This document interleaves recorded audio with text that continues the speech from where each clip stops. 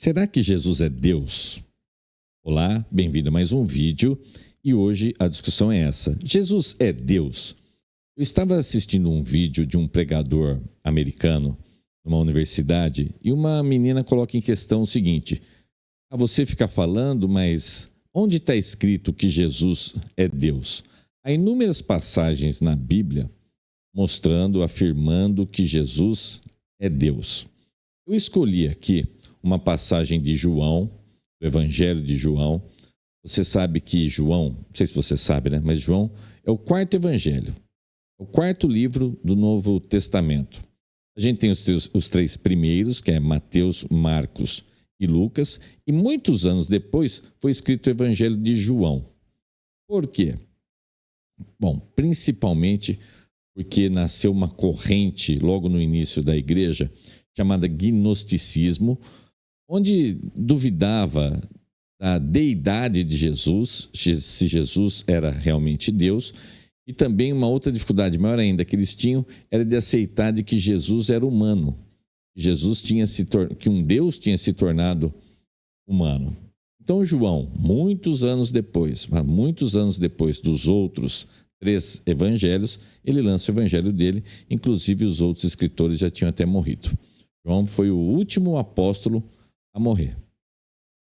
Bom, então vamos ver o que João fala e qual é a importância disso. Então, Novo Testamento, Evangelho de João, o apóstolo João. Lembra que tem João o Batista também, mas vamos lá. Então, é o primeiro capítulo de João. Essa versão da Bíblia que eu estou usando é a Nova Versão Internacional, por isso que você está vendo esse NVI aí, porque conforme a versão que você pega da Bíblia, as palavras são diferentes. Por exemplo, se você pegar uma Bíblia, uma Almeida corrigida, por exemplo, onde aqui está escrito palavra, na outra vai estar escrito verbo. Mas isso não vai mudar a nossa história aqui. Então, João 1, versículo 1 em diante. No princípio era aquele que é a palavra. Ele estava com Deus e era Deus. Ela estava com Deus no princípio. Todas as coisas foram feitas por intermédio dele. Sem ele, nada do que existe teria sido feito. Nele estava a vida, e esta era a luz dos homens. A luz brilha nas trevas, e as trevas não a derrotaram. Surgiu um homem enviado por Deus chamado João. Ele veio como testemunha para testificar acerca da luz, a fim de que por meio dele todos os homens crescem. Ele próprio não era a luz, mas veio como testemunha da luz. Estava chegando ao mundo a verdadeira luz que ilumina todos os homens. Aquele que é a palavra estava no mundo, e o mundo foi feito por intermédio dele, mas o mundo não o reconheceu. Veio para o que era seu, mas os seus não o receberam. Contudo, aos que o receberam, aos que creram em seu nome, deu-lhes o direito de se tornarem filhos de Deus, os quais não nasceram por descendência natural, nem pela vontade da carne, nem pela vontade de algum homem, mas nasceram de Deus. Muito bonito, né? Esse é o comecinho do Evangelho de João. Então, olha o que diz as duas primeiras linhas aqui do meu texto. No princípio era aquele que é a palavra. Ele estava com Deus, e ao finalzinho, e era Deus. O que é essa história de palavra e que tem Bíblia que fala assim, no princípio era o verbo, e o verbo estava com Deus e era Deus? A palavra, aqui no caso, é uma maneira como Deus se expressa no Antigo Testamento. Vamos falar que a gente está lendo aqui em português, mas a gente tem o Antigo Testamento em hebraico e depois a gente tem o Novo Testamento em grego. Então, às vezes, as coisas em português ficam com um sentido parecendo assim diferente. Então, a gente tem que levar em consideração a língua em que as coisas foram escritas. Então, Jesus, a palavra, o verbo, ele estava com Deus no princípio. O que é esse princípio? Esse princípio é antes das coisas existirem. antes de existir a matéria, antes de existir o tempo. A gente chama isso de eternidade. Deus está fora do tempo. Então, no princípio, quando tudo foi feito, olha só, no princípio era aquele que é a palavra. Ele estava com Deus e era Deus. Ou seja, Jesus estava com Deus, Jesus era Deus e tudo foi feito por intermédio dele. Então, como você vai falar que Jesus não é Deus? É lógico que Jesus é Deus, sim. As pessoas têm muita dificuldade em aceitar isso, de que Jesus é Deus. E as pessoas falam assim, mas como assim? Como que é Pai, Filho e Espírito Santo? Não são três coisas separadas? São três coisas separadas, mas que são juntas ao mesmo tempo. Esse é o mistério da Trindade. A gente não consegue, não dá para a gente entender como que três seres são separados, como que eles têm a sua individualidade, mas ao mesmo tempo é um Deus trino, é um Deus único. Três pessoas que subsistem em uma só. Isso é incompreensível para a gente, mas a Bíblia é clara. Nós aceitamos a Bíblia como sendo inerrante, como sendo infalível, como sendo histórica. Isso só o Espírito Santo pode dar esse entendimento para você. Você quer ler a Bíblia com entendimento, você tem que pedir para o Espírito Santo iluminar. Porque às vezes não é só ler a Bíblia. Bom, mas vamos voltar aqui para o nosso foco. Então, Jesus é Deus, sim. O problema é que a gente não consegue entender, mas que ele é Deus, ele é Deus.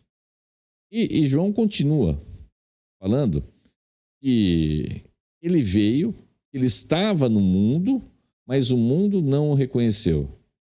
Se Jesus fez o mundo, Jesus estava no mundo, tudo o que aconteceu anteriormente a Jesus aconteceu sob o comando de Jesus. Lembra que Deus tem a condução da história. Então, todos os reis que existiram, todas as coisas históricas que aconteceram, tudo passou pelo comando de Deus e tudo convergiu para aquele momento em que Deus ia se encarnar como homem. Jesus é a encarnação de Deus. Deus se fez homem. E quando Deus se fez homem, ele deixou de ser Deus? Não.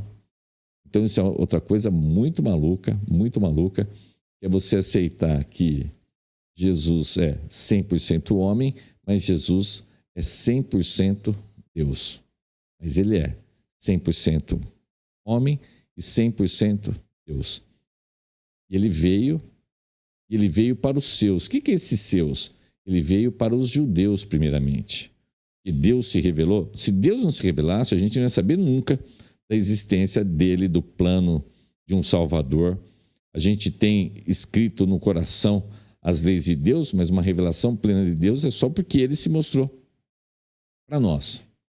Então, Jesus vem até nós, ele encarna, ele nasce ali como judeu, ele veio para os judeus. Só que os judeus que tinham toda a previsão da vinda do Messias e tudo mais, eles não reconheceram a Jesus como o Messias. Como se eles estivessem cegos. Então ele veio para os seus, mas os seus não reconheceram, os seus não o fizeram. Agora, para aqueles que creram, para aqueles que acreditaram em Jesus, aí foi dado o direito, quer ver, vamos voltar aqui, ó, deixa eu trocar de tela um pouquinho. Aqui, ó. Veio para o que era seu, mas os seus não receberam. Contudo, aos que o receberam, aos que creram em seu nome, deu-lhes o direito de se tornarem filhos de Deus. Então, você quer virar um filho de Deus? Não somos todos nós filhos de Deus. Todos nós somos filhos de Deus no quesito de que nós fomos criados por Deus. Mas para você ganhar o direito de ser chamado de filho de Deus, não é pela sua filiação humana, não é por você ter um pai e uma mãe, por você ser da raça humana, para você ser filho de Deus, segundo o texto aqui, é você nascer de novo. Você vai ganhar o direito de se tornar filho de Deus. Não nasceram por descendência natural, nem pela vontade da carne, nem pela vontade de algum homem, mas nasceram de Deus. Você não acredita em Deus? Você não acredita em Jesus? Será que a sua vida não é vazia justamente porque está faltando isso? Você já parou para pensar? Por que talvez a sua vida esteja vazia? Por que talvez esteja sem sentido? Por que talvez você tenha uma tristeza que não passa? Fica sempre parecendo que tem alguma coisinha errada. Pois eu te falo, não tem uma coisinha errada, não tem uma coisona errada na sua vida. Está faltando você se tornar um filho de Deus. Pensa bem, a sua vida vai ser muito melhor quando você passar para a categoria de filho de Deus. E como é que você aceita? Como é que você vira filho de Deus? Você pode continuar aí, ignorando.